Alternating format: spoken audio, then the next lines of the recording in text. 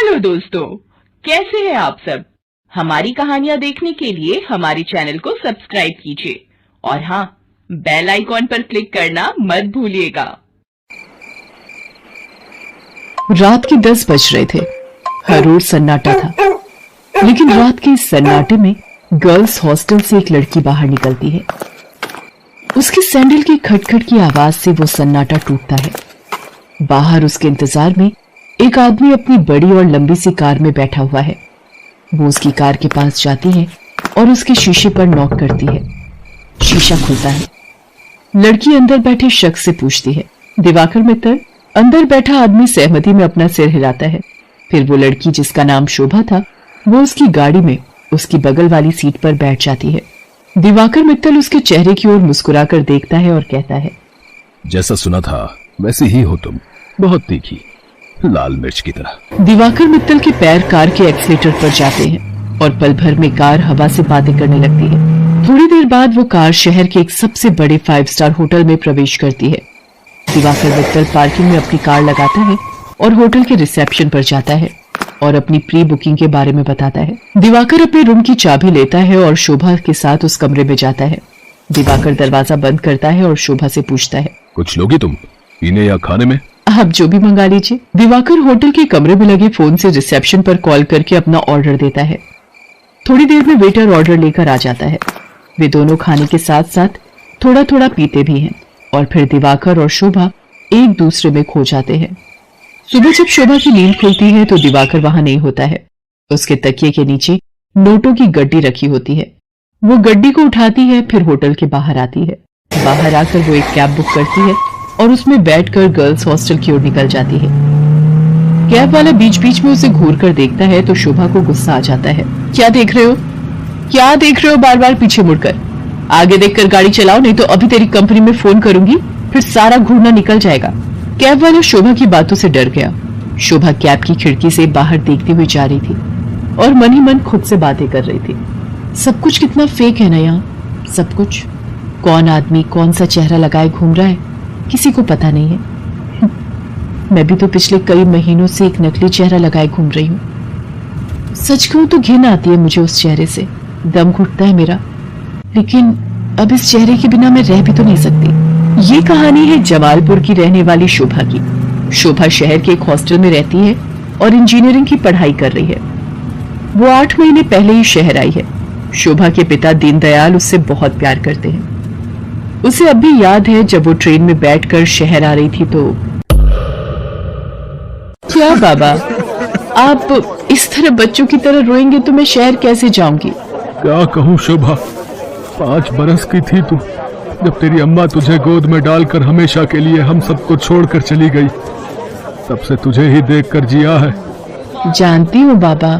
सोचा था कि एक बार ही तुझे विदा करूंगा जब तेरी शादी होगी, लेकिन शादी के पहले ही। ये कहकर दीनदयाल शोभा को गले लगाकर फिर से फूट फूट कर रोने लगा।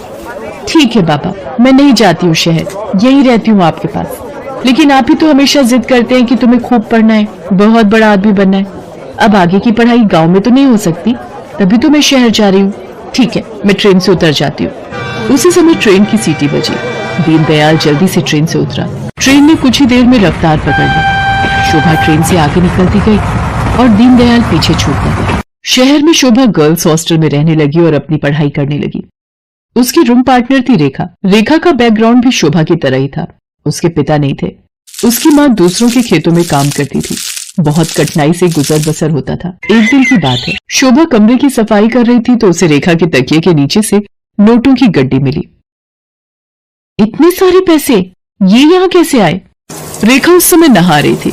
जब वो नहाकर बाहर आई तो शोभा ने उससे पैसों के बारे में पूछा, लेकिन रेखा ने उसकी बात का सही सही कोई जवाब नहीं दिया। आश्चर्य तो हुआ क्योंकि वे दोनों अच्छे दोस्त थे। कुछ बात तो है जो रेखा मुझसे छिपा रही है, लेकिन क्या? शोभा ने एक बात और नोटिस किया कि हफ्ते में 3-4 दिन रेखा रात को कहीं चली जाती थी और सुबह वापस आती थी। उसने इस बारे में भी रेखा से पूछा तो, तू भी बिना मतलब जासूसी करती रहती है, तू अपने काम से काम रखना। मैं कहाँ जाती हूँ, क्यों जाती हूँ, हर चीज का हिसाब देना जरूरी है क्या?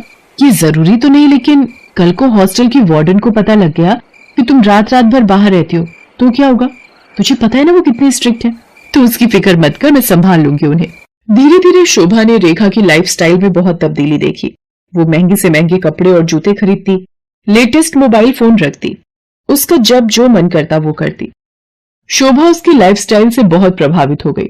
शोभा ने बचपन से अब तक गरीबी ही देखी थी, इसलिए उसका भी मन करता कि वो भी नए कपड़े खरीदे, महंगे मोबाइल रखे, उसका जो मन करे वो कर सके। रेखा देख, मैं तुझसे ये नहीं पूछने वाली कि तू ऐसी रईसों वाली लाइफस्टाइल कैसे जीती है, लेकिन मैं भी तेरी तरह जीना चाहती हूँ। मैं तंग आ गई हूँ एक एक पैसे के लिए तरसते हुए। पहले तो रेखा टाल मटोल करती रही, लेकिन फिर उसने सच्चाई बता दी कि वो एक कॉल गर्ल का काम करती है। उसकी बातों को सुनकर शोभा शॉक्ड रह गई और उसने कहा कि अगर ये बात वार्डन को पता लग गई तो? तू बड़ी भोली है रे शोभा, हॉस्टल की वार्डन को सब पता है, वही तो हमें दबाव डालकर भेजती है लोगों के पास। वार्डन की सारी सच्चाई जानकर शोभा एक बार फिर से चौंक गई। रेखा ने उसे ये भी बताया कि हॉस्टल की कुछ और लड़कियां ये काम करती हैं। शोभा को ये सब सुनकर अजीब तो लगा, लेकिन बेहतर लाइफस्टाइल के चक्कर में वो अपने सम्मान का सौदा करने के लिए तैयार हो। मैं इस गंदे दलदल में फंस गई हूँ। हालांकि इस दलदल ने मुझे बहुत सारी वो चीजें दी जिसके लिए मैं तरसती थी, लेकिन मैंने अपनी मासूमियत खो दी है, मैंने अपनी शांति खो दी है, मैंने अपनी पवित्रता खो दी है। बाबा को कितनी उम्मीद थी मुझसे और मैं क्या करने लगी मैं। शोभा की आंखें भीग गई थी। वो अब ये काम नहीं करना चाहती थी, लेकिन हॉस्टल की वार्डन उस पर बार बार दबाव डाल रही थी। देख शोभा, जल में रहकर मगर से बैर मत कर, और हाँ, ये सती सावित्री बनने का नाटक छोड़ और जो बोलती हूँ वो कर। शोभा ने वार्डन को फिर से इनकार कर दिया। गुस्से में वार्डन ने उससे कहा, देख शोभा, तेरा इनकार तेरे भविष्य के सारे रास्ते बंद कर देगा।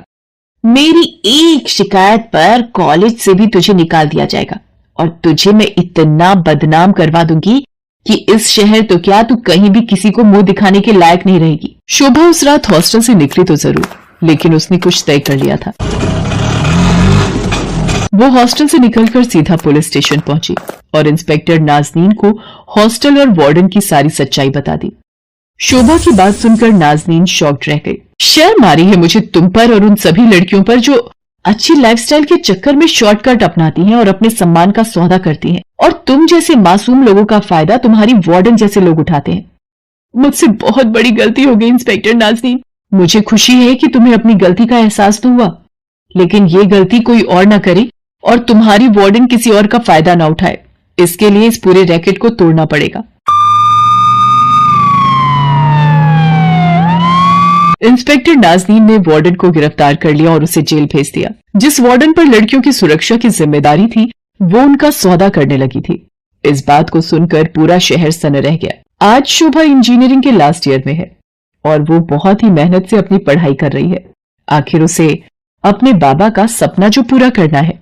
हेलो दोस्तों, कैसे हैं आप सब? हमारी कहानियां देखने के लिए हमारे चैनल को सब्सक्राइब कीजिए और हाँ, बेल आइकॉन पर क्लिक करना मत भूलिएगा।